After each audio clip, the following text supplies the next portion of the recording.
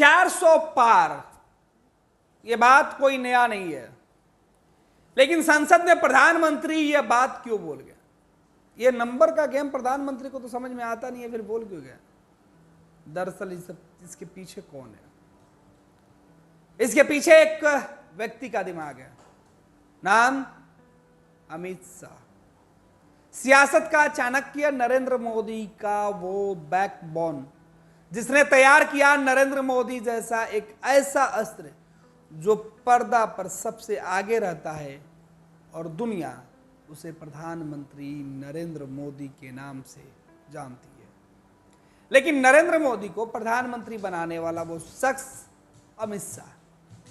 अमित शाह देश के अंदर भारतीय जनता पार्टी के निर्माण के बाद से वो तमाम पहलुओं को बारीकी से सोचने के बाद, उसको रिसर्च करने के बाद एक अलग रणनीति सेट की। 2014 में जब नरेंद्र मोदी बीजेपी के चुनाव अभियान समिति के अध्यक्ष चुने गए और यह कहा गया कि अब नरेंद्र मोदी बीजेपी के चेहरे के तौर पर देश भर में प्रचार प्रसार करेंगे, तो बीजेपी के उस वक्त जो सहयोगी थे, क्योंकि बीजेपी यानी भाजपा विपक्ष में थी और भाजपा के जो बुरे वक्त में साथ दे रहे थे, वो साथ छोड़ने को आतुर दिखे। कईयों ने तो सामने से प्लेट छीन ली। ज्यादा दूर नहीं लेके जाएंगे और देश के दूसरे राज्यों की कहानी बताने से पहले बिहार लेके आते हैं। बिहार में बिहार के मुख्यमंत्री नीतीश कुमार हुआ करते थे, एनडीए के सहयोगी हुआ करते थे, लंबे समय से एनडीए के साथ थे और बिहार में सरकार चला रहे थे, मुख्यमंत्री थे। लेकिन एक झटके में नरेंद्र मोदी के नाम पर गठबंधन तोड़ लिया, जिसकी उम्मीद किसी ने नहीं की थी। नीतीश ने कहा कि नहीं, नरेंद्र मोदी के नाम पर मैं नहीं जाऊंगा। आज इसी नरेंद्र मोदी के सामने नीतीश कुमार यह कह रहे हैं कि अब मैं कसम खाता हूं कि वापस कभी नहीं जाऊंगा, कहीं और नहीं जाऊंगा। इस जाऊंगा और नहीं जाऊंगा के पीछे केवल एक शख्स अमित शाह, एक व्यक्ति ने नीतीश कुमार को पलटू मार बना कर रख दिया। हालांकि नीतीश कुमार के लिए नाम, यह पहचान कोई फर्क नहीं रखता है। नीतीश अपनी सुविधा की सियासत करते हैं, जहां वो कंफर्टेबल लगते हैं वहां वो सियासत की बिसात को बिछाते हैं। लेकिन भाजपा के लिए नंबर 2 से आज 300 के पार ले जाने का जो श्रेय है वो केवल और केवल अमित शाह को है। देश की संसद में भाजपा कभी इतनी बड़ी पार्टी नहीं बनी थी इतिहास के पन्नों में, जब तक नरेंद्र मोदी और अमित शाह की जोड़ी बीजेपी में एक्टिव नहीं हुई। समझ में नहीं आता कि अमित शाह ऐसी कौन सी राजनीति की रणनीति बनाते हैं जिसके बिसात पर हर कोई आकर फिसल जाता है। आसान भाषा में आपको समझाए कि अमित शाह एक ऐसे गाड़ी के ड्राइवर हैं, ऐसे बस के ड्राइवर हैं जिस बस का समय फिक्स है कि वो 2024 के लोकसभा चुनाव में खुलेगी और तमाम राज्यों से होते हुए संसद पहुंच जाएगी। और इस सीट पर जो ड्राइवर के बगल में जो पहला जो यात्री होगा वो नरेंद्र मोदी है। और नरेंद्र मोदी को बिठाकर अमित शाह देश के भ्रमण पर निकले और उन्होंने अपने लिए उस बस को, जिसमें 400 पार का नारा दिया गया, उसे भरने की कोशिश कर रहे हैं। और उसमें वही उम्मीदवार बैठ रहे हैं, उसमें वही लोग बैठ रहे हैं जिसके हाथ में कमल का फूल है, या फिर वो कमल के फूल को सपोर्ट कर रहे हैं, सहयोग कर रहे हैं। ऐसा हर व्यक्ति सोच सकता है, लेकिन उसके लिए रणनीति बनाने का काम किसने किया? बीजेपी के चाणक्य, देश के सबसे बड़ी राजनीतिक पार्टी होने का गौरव, या देश की दुनिया की सबसे बड़ी पार्टी बनाने का श्रेय अमित शाह। ऐसा बार बार बिहार सहित कई राज्यों में सवाल उठते रहे कि अमित शाह एक ऐसे राजनेता हैं जो किसी भी दल के अंदर भूचाल मचा सकते हैं। ऐसा क्यों? साम दाम दंड भेद, कहते हैं ना, प्यार और जंग में सब कुछ जायज होता है। मेरा मानना होता है कि प्यार और राजनीति में कुछ भी नाजायज नहीं होता है। आप जो कीजिए, जितना करिए, खुद की चाहत में खुद को मजबूत बनाने के लिए और दूसरे को पाने के लिए सब कुछ वाजिब होता है। इसलिए प्यार वो दलदल है जिसके अंदर जितना समाइएगा उतना ही आप उसके करीब जाइएगा, और सियासत वही दलदल है, वही कीचड़ है जिसके अंदर जितना रंगिएगा उतना ही तप कर आप बाहर निकलिएगा और आप मजबूत होइएगा। अब आपको बताते हैं कि अमित शाह की सियासत और भाजपा के 400 के आंकड़ों के पीछे का खेल क्या है। दरअसल जिस सर पर बाल नहीं है, जिस अमित शाह की भाषा शैली का हर कोई कायल है, उस दिमाग से इस तरीके की राजनीतिक रणनीति कैसे फिट होती है। दरअसल देश भर में कई ऐसे राज्य हैं जो कभी भाजपा के सहयोगी हुआ करते थे और बीजेपी की नीतियों की वजह से उनका साथ छोड़कर चले गए। उनको भी अमित शाह ने अपने साथ लाने के लिए एक प्लान बनाया और जीत की गारंटी खुद बने, और लोगों के मन में अमित शाह ने यह भरोसा दिलाया, यह विश्वास दिलाया कि आप इस सफर पर एक ऐसे यात्री बस को पकड़िए, ऐसी ट्रेन को पकड़िए, एक ऐसे विमान को पकड़िए जिसका समय का निर्धारण निश्चित हो, जिसकी यात्रा का जो जगह है वो फिक्स हो, बीच में ना कभी वो डिरेल होगा और ना ही वो समय के बाद पहुंचे। समय भी फिक्स है, वो अमित शाह।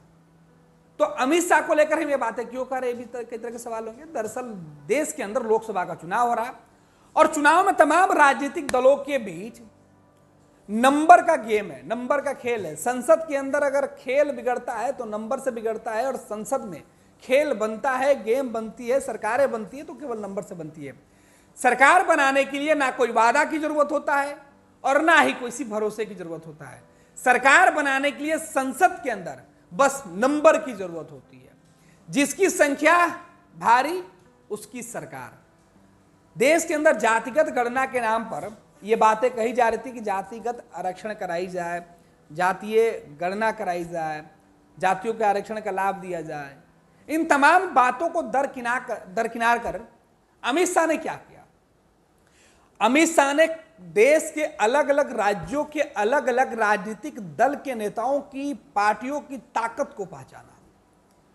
अमित शाह ने उन तमाम राज्यों के उन नेताओं की ताकत को टटोल कर उनके अंदर इस बात का एहसास कराया कि आपकी ताकत ये और मजबूत हो सकती है जब ये ताकत हमारे साथ आएगी, और ये हुआ। दरअसल अमित शाह और नरेंद्र मोदी तब ज्यादा परेशान हो गए जब बिहार ने एक ऐसा प्रयोग किया जिस प्रयोग में अमित शाह के सपने टूट गए। बिहार में तमाम विपक्षी नेताओं को देश भर में गोलबंद करने की एक प्रयोग किए गए, और इस प्रयोग की पाठशाला के सबसे बड़े प्रोफेसर के तौर पर, सबसे बड़े प्रिंसिपल के तौर पर नीतीश कुमार उभर कर सामने आए 2019 के बाद चुनाव में। 2022 के चुनाव की बात करें हम, 2019 में नरेंद्र मोदी प्रधानमंत्री बने, नीतीश कुमार साथ रहे। 2024 के चुनाव के पहले 2020 में बीजेपी के सहयोग से नीतीश कुमार मुख्यमंत्री बन गए, लेकिन 2024 के पहले नीतीश कुमार को खुद प्रधानमंत्री बनने की ललक मन में थी ही, अभी भी है, लेकिन अब शायद सामने नहीं आएगी। तो नीतीश कुमार ने कहा कि अगर हमें प्रधानमंत्री बनना है तो नरेंद्र मोदी के विकल्प के तौर पे मुझे मजबूत होना होगा। तो उन्होंने देश के अंदर जो नाराज लोग थे बीजेपी से या जो दूसरे राजनीतिक दल के लोग थे, उन सभी को इकट्ठा करके एक मजबूत गठबंधन बना लिया, और उन्होंने कहा कि ये अलायंस नरेंद्र मोदी के मुकाबले, और इस अलायंस का असर यह हुआ कि अमित शाह के माथे पर पसीने आने लगे। फिर अमित शाह ने क्या किया। अमित शाह ने सबसे पहले उस प्रयोगशाला के प्रोफेसर की ही क्लास से विदाई करवाई। नीतीश कुमार को इस तरीके से अमित शाह ने अपने शतरंज के चाल में फंसाया कि नीतीश बेचैन हो गए। जिस प्रयोगशाला में नीतीश कुमार देश के नेताओं को घुमाने की कोशिश कर रहे थे, उस प्रयोगशाला से निकलकर बेचैनी में बाहर आने को बेताब दिख रहे थे, और अमित शाह का ये प्लान सेट हो गया। नीतीश गठबंधन से बाहर हो गए और बीजेपी के साथ आ गए, अमित शाह के साथ आ गए, और अचानक ये सब हो रहा था। नीतीश साथ आए तो बीजेपी एक बड़े मंसूबे को, अमित शाह जो रणनीति थी उसे सफलता से उन्होंने हासिल कर ली। फिर क्या था, नरेंद्र मोदी संसद के अंदर पहुंचे, बोले कि इस बार 375 के पार और 400 के पार आंकड़ा बढ़ा। तो नरेंद्र मोदी बोलकर आ गए, लेकिन इस आंकड़े को हकीकत में कौन पूरा करेगा, यह होने लगा। बीजेपी के नेताओं को भरोसा नहीं था कि इतना बड़ा लक्ष्य कैसे पूरा होगा। बीजेपी के राष्ट्रीय अध्यक्ष अवाक रह गए सुनकर। लेकिन एक शख्स जो उस वक्त मौजूद चिंतन में था, वो इस बात से थोड़ा भी चिंतित नहीं दिखा। उसने कहा कि अगर आपने कह दिया तो हम उसे पूरा करेंगे। और इस लक्ष्य को पूरा करने के लिए अमित शाह ने क्या कुछ किया। अमित शाह देश भर के उन नेताओं को, छोटी छोटी पार्टियों की ताकत को टटोलकर उनको इकट्ठा किया और उन पार्टियों को एनडीए का हिस्सा बनाकर, एक मजबूत एनडीए दिखाकर, उन देश भर के नेताओं को एकजुट करके अमित शाह ने अपने चाणक्य, अपने रणनीति का फैसला लिया। और उस फैसले की वजह से आज इंडिया गठबंधन कहीं भी दिखाई नहीं पड़ रहा है, एनडीए के बनस्पत। अब अमित शाह ने क्या कुछ किया वो भी हम आपको बताएंगे कि अमित शाह किन किन राज्यों में किन किन नेताओं को तोड़कर, किनको जोड़कर अपनी ताकत को बढ़ाए और विपक्ष की ताकत को कमजोर करते गए। दरअसल यह बात विपक्ष को समझ में नहीं आई। विपक्ष के नेताओं को यह बात लगता रहा कि वो अपने अहम की लड़ाई में रहेंगे, टकराहट में रहेंगे, सीटों के साथ समझौता नहीं करेंगे, बड़े दल होने का दावा करेंगे। लेकिन इधर बीजेपी कई राज्यों में छोटे दल की भूमिका में आ गई। बीजेपी ने समझौता करने से कहीं कोई परहेज नहीं किया। और उदाहरण फिर से बिहार लेके आएंगे। बिहार में जेडीयू के 16 सिटिंग सांसद थे और उन्होंने कहा कि मैं 16 सिटिंग सांसदों के नाम पर कोई समझौता नहीं करूंगा। बीजेपी ने कहा कि ठीक है, आप कीजिए, हमको कोई फर्क नहीं पड़ता है, आपको 16 सीटें हमने दी। जबकि वही इंडिया गठबंधन के अंदर देश के कई राज्यों में, चाहे वो बंगाल हो, बिहार हो, उत्तर प्रदेश हो, मध्य प्रदेश हो, राजस्थान हो, कांग्रेस पार्टी अपने जीत पर अड़ी रही कि नहीं भैया, ये हम नहीं कर सकते हैं। कई विधानसभा के चुनाव में समझौते नहीं हुए, चुनाव के नतीजे सामने हैं। लोकसभा के चुनाव के नतीजे भी सामने है कि कई जगह गठबंधन है, कई जगह गठबंधन नहीं है। समाजवादी पार्टी उत्तर प्रदेश में गठबंधन के आस में जो उनके अपने सहयोगी थे वो साथ छोड़कर आज अलग हो गए या फिर एनडीए के साथ चले गए।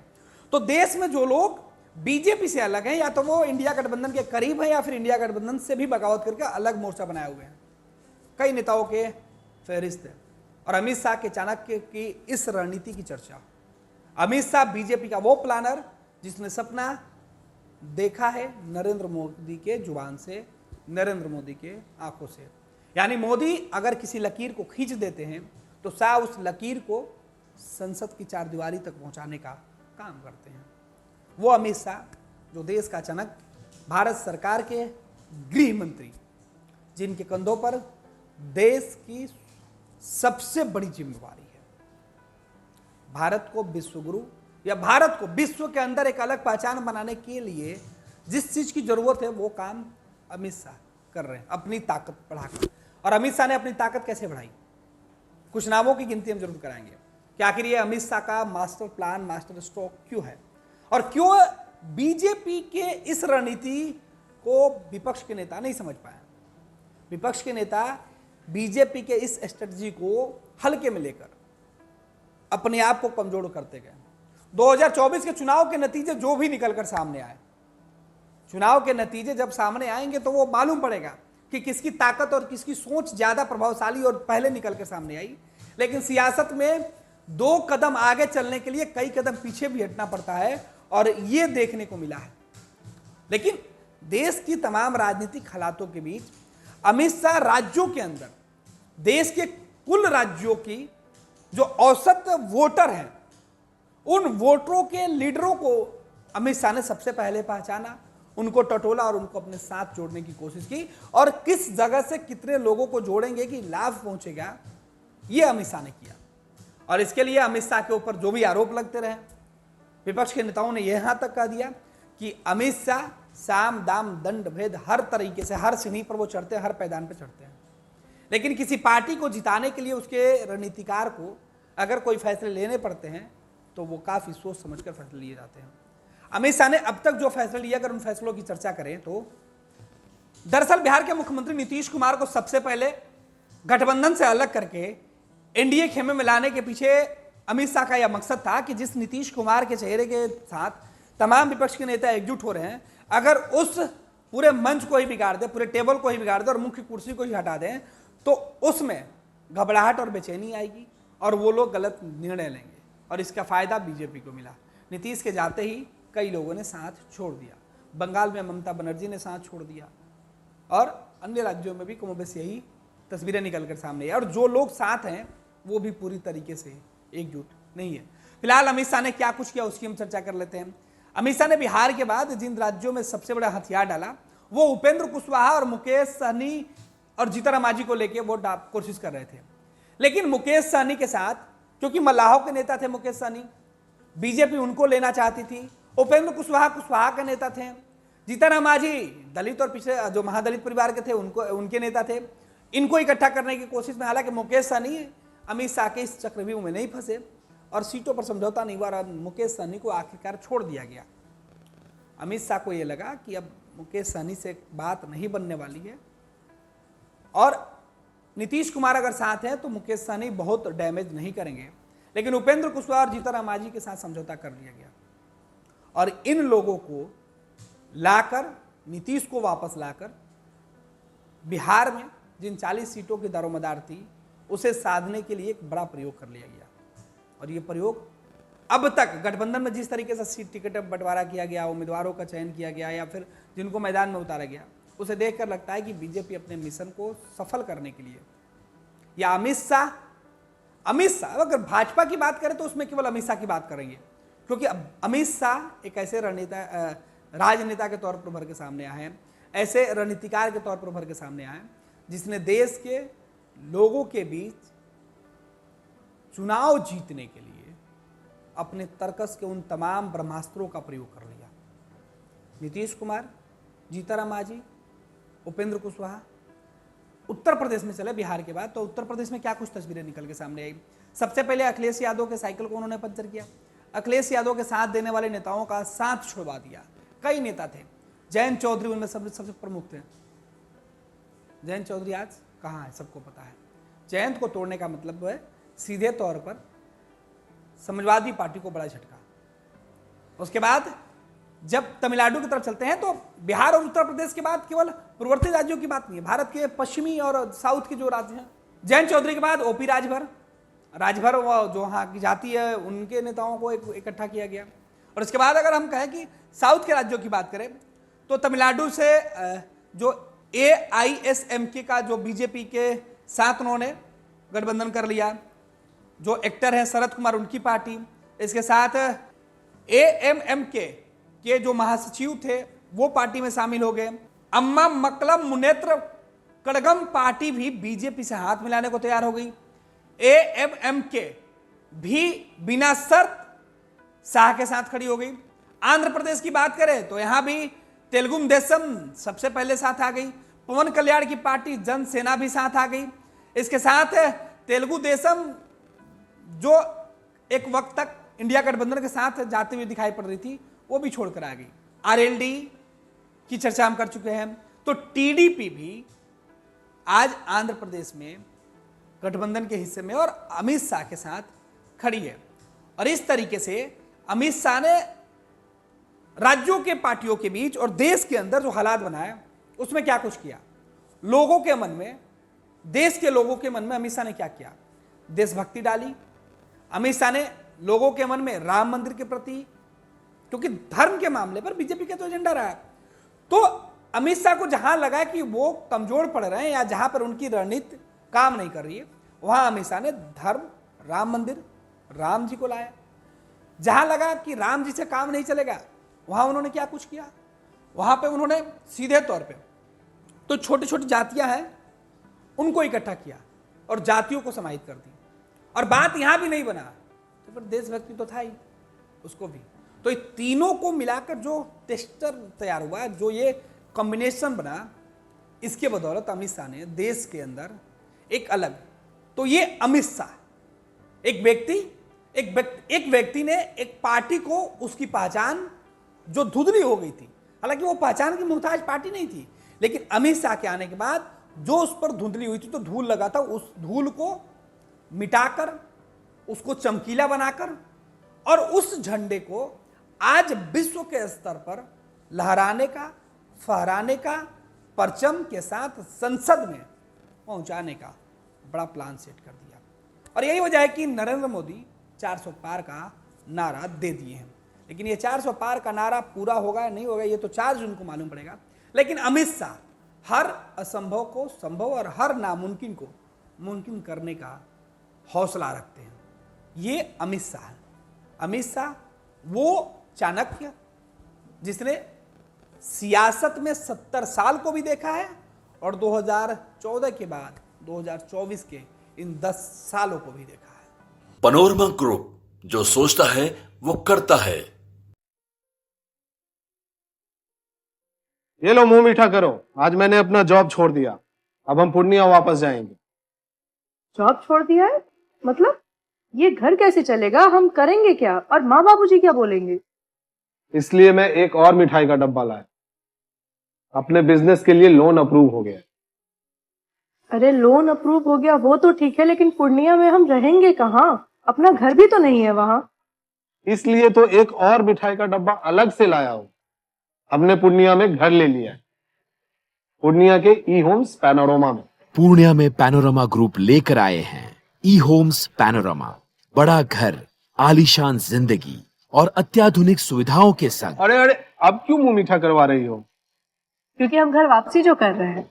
घर वापसी की खुशी पूर्णिया में ई होम्स पैनोरमा के संग। E homes panorama, luxurious lifestyle redefined.